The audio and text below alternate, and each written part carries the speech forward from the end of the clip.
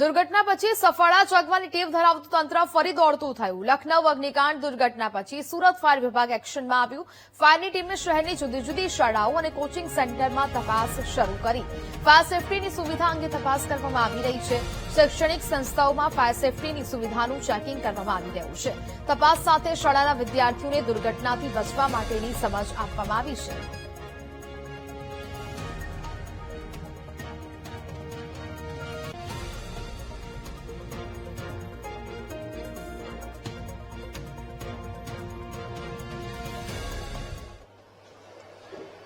લખનઉમાં સુરતમાં તક્ષશિલા કાંડ બન્યો હતો તેવી જ ઘટના જે છે તે આગની બની હતી અને તે શૈક્ષણિક સંસ્થાઓમાં અનેક બાળકોના જીવ ગયા છે. ત્યારે લખનઉમાં બનેલી આગની ઘટનાને લઈને સુરત ફાયર વિભાગ ફરી એક વખત એક્શનમાં આવ્યું છે અને શહેરમાં જેટલી પણ શૈક્ષણિક સંસ્થાઓ છે ત્યાં રેન્ડમલી અત્યારે તપાસ કરવામાં આવી રહી છે. અત્યારે સુરત ફાયર વિભાગની ટીમ કતારગામ વિસ્તારમાં આવેલું એક તક્ષશિલા ક્લાસીસ આવ્યું છે ત્યાં અત્યારે પહોંચ્યું છે અને ત્યાં અત્યારે તેઓ જે છે તે રેન્ડમલી ચકાસણી કરી રહ્યું છે કે ફાયર વિભાગની પૂરતી સેફટી છે કે નહીં, ઇમરજન્સી એક્ઝિટ છે કે નહીં. આ પ્રકારે તમામ બાબતની ચકાસણી કરવામાં આવી રહી છે અને જે ફાયરના સાધનો લગાવ્યા છે તે પણ કાર્યરત છે કે નહીં તે તમામ બાબતની અત્યારે ઝીણવટભરી તપાસ કરવામાં આવી રહી છે.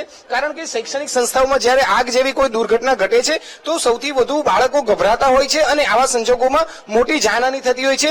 ત્યારે આવી શૈક્ષણિક સંસ્થાઓમાં અત્યારે રેન્ડમલી ચેકિંગ જે છે તે ફાયર વિભાગની ટીમ દ્વારા કરવામાં આવી રહ્યું છે અને બાળકોને પણ આ બાબતે, વિદ્યાર્થીઓને આ બાબતે સમજાવવાનો પણ પ્રયાસ કરવામાં આવી રહ્યો છે. અત્યારે સીધા દ્રશ્ય તમને જોઈ શકાય છે કે આ શાળાનો વર્ગખંડ છે. વર્ગખંડની અંદર જે છે તે એસી સાથેનો વર્ગખંડ છે. તો આવા સમયે જે આગ લાગવાની ઘટના બનતી હોય છે ત્યારે આગ જે છે તે બહાર નીકળી શકે તે પ્રકારની વ્યવસ્થા છે કે નહીં તે તમામ બાબતે અત્યારે ચકાસણી ફાયર વિભાગની ટીમ એક્શન મોડ પર આવીને કરી રહી છે. શહેરના જુદા જુદા વિસ્તારોમાં આ પ્રકારની કામગીરી હાથ ધરવામાં આવશે. પરંતુ અત્યારે સુરતના કતારગામ વિસ્તારમાં આવેલું તક્ષશિલા જે ક્લાસીસ આવ્યું છે ત્યાં અત્યારે રેન્ડમલી ચેક કરવા માટે ફાયર વિભાગની ટીમ અહીં પહોંચી છે. આ ક્લાસરૂમ છે. ક્લાસરૂમમાં એસી જોઈ શકાય છે. આ એસી સાથેનો આખો વર્ગખંડ છે. એટલે ક્યાંક શોર્ટ સર્કિટ જ્યારે એસીઓમાં થતી હોય છે અને આવા સંજોગોમાં આગ લાગવાની સૌથી વધુ પ્રબળ શક્યતાઓ હોય છે.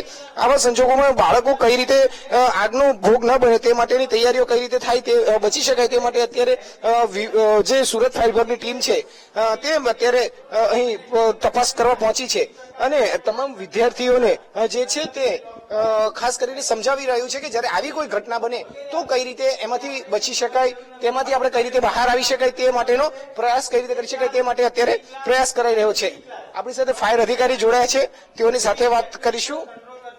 સાહેબ, અત્યારે આપ શા માટે અહીં ચકાસ કરવા આવ્યા છો? શું શું ચકાસણી કરી છે અને કઈ રીતની? આજની તબક્કામાં તક્ષશિલા ટ્યુશન ક્લાસીસની અંદર જે સિસ્ટમ, ફાયરની સિસ્ટમ લગાવવામાં આવેલી છે તેમાં ક્લાસમાં સ્મોક ડિટેક્ટર, એલાર્મ પેનલ, હોઝરીલ અને રાઇઝર સિસ્ટમની ચકાસણી કરી રહેલ છે. ત્યાં આગળ એનઓસી લેવામાં આવેલ છે કે પરમિશન લેવામાં આવેલી છે કે નહીં એની ચકાસણી કરી રહેલ છે. એ જ નથી, કતારગામ વિસ્તારની અંદર ટ્યુશન ક્લાસીસ, સ્કૂલ અને હોસ્પિટલમાં દરેક જગ્યા પર અમે ચેકિંગ કરીએ કે આ સિસ્ટમ લગાવવામાં આવેલી છે કે નહીં, એનઓસી લીધી છે કે નહીં, એ વિશેની અમે ચકાસણી કરી રહ્યા છીએ. બિલકુલ સાહેબ, સૌથી મોટી જયારે ઘટના બનતી હોય છે ત્યારે શોર્ટ સર્કિટને કારણે થતી હોય છે. ખાસ કરીને એસીઓમાં થતું હોય છે. ક્લાસીસમાં પણ આ પ્રકારે એસી લગાવવામાં આવતા હોય છે. તો એનું પણ કઈ રીતનું વાયરિંગ છે કે નહીં એ બાબતે પણ એ લોકોની પૂછપરછ કરી. એ સિસ્ટમમાં શું છે કે ઇલેક્ટ્રિક આવતું હોય તો ઇલેક્ટ્રિક વાળાને આપણે મેન સિસ્ટમમાં મતલબમાં સારામાં સારી કન્ડિશનમાં એમસીબી સ્વિચ નાખવાની હોય છે. એ વિશેની જાગૃતતા પણ આપવામાં આવે છે અને કોઈ જગ્યા પર ટોરન્ટ સિસ્ટમ હોય તો ટોરન્ટની જાણ કરવામાં આવશે. ટોરન્ટના માણસો તો ફક્ત અને ફક્ત નીચે સુધી જ કનેક્શન આપશે.